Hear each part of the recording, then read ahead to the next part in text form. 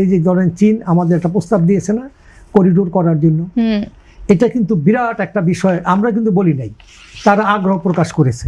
এখন উনি যে আগ্রহ প্রকাশ করলেন সেটা আপনি কিভাবে এটাকে গ্রহণ করবেন? এখন আপনি যদি মনে করেন যে না এটা করলে আমার আসলে লাভ হবে, এবং আমরা ব্যবসায়ীরা মনে করি এটা আসলে বাংলাদেশের জন্য অর্থনৈতিক উন্নয়ন হবে, এতে কোনো সন্দেহ নাই। কারণ হচ্ছে যে আমাদের যদি আপনার এই অবকাঠামো যদি আপনার ধরেন এই ট্রেনের যাত্রা যদি হয়, এখানে কিন্তু আমরা অনেক পণ্য আমাদের এখান থেকে যেসব কাঁচা পণ্য ফল, আপনি জানেন আমাদের দেশের কিন্তু আম কাঁঠাল, আপনি দেখেন আজকে দুঃখের বিষয় যে আমাদের দেশে আম পচে যাচ্ছে গাছে, খাওয়ার মতো লোক নেই। সঠিক প্যাড আর সঠিক তথ্য দিয়ে এসব সামলে নিব এক হয়ে। Monalisa sanitary napkin. অবশ্যই এটা কিন্তু ভালো মার্কেট আছে, আমরা সঠিকভাবে যদি এটা আমরা চীনে আপনি এক্সপোর্ট করতে পারতাম। আমাদের আমি আজকে পড়ে আসলাম সংবাদে গাছের ছবি দেখাচ্ছে, সেখানে আম পচে যাচ্ছে।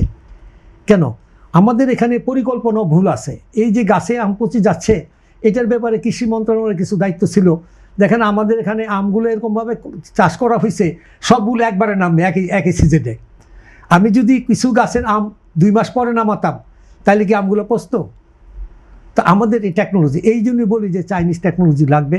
তারাই দেখবেন এই গাছে আম পচতে দিবে না, একটা আম আগে নামবে, একটা আম 1 মাস পরে নামবে, তার ডিমান্ড থাকবে, তার দাম হবে। এই জন্য আমি তো চীনেতে গিয়েছি, আপনাকে বলেছি যে আমি 116 বার গিয়েছি, এবং আমি ওদের যে টেকনোলজি দেখেছি আসলে আমাদের দেশে দরকার।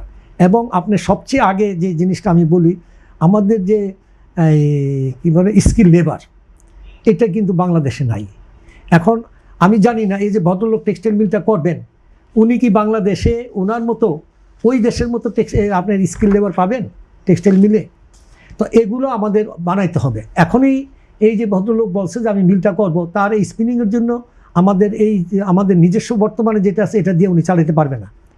আমি বলি উনি এখানে বিপদে পড়বে। এই কারণে যখন আমাদের 900 লোক, উনি যখন ওখানে লোক কমায় এটা করবে, আমাদের শ্রমিকরা এটা অভ্যস্ত না। যার জন্য ইমিডিয়েট আমাদের যেটা আমি বলতেছি যে আমাদের 20টা পলিটেকনিক্যাল স্কুল করে চীনের, আমাদের এই ধরনের শিক্ষা ইমিডিয়েট জানানো দরকার। যেমন চীনের বিনিয়োগকারীরা আসলে তাদের সুবিধা মতো তারা এখান থেকে শ্রমিক নিতে পারে, স্কিল লেবার পায়, আর না হলে তো তারাও এখানে সার্ভাইভ করতে পারবে না।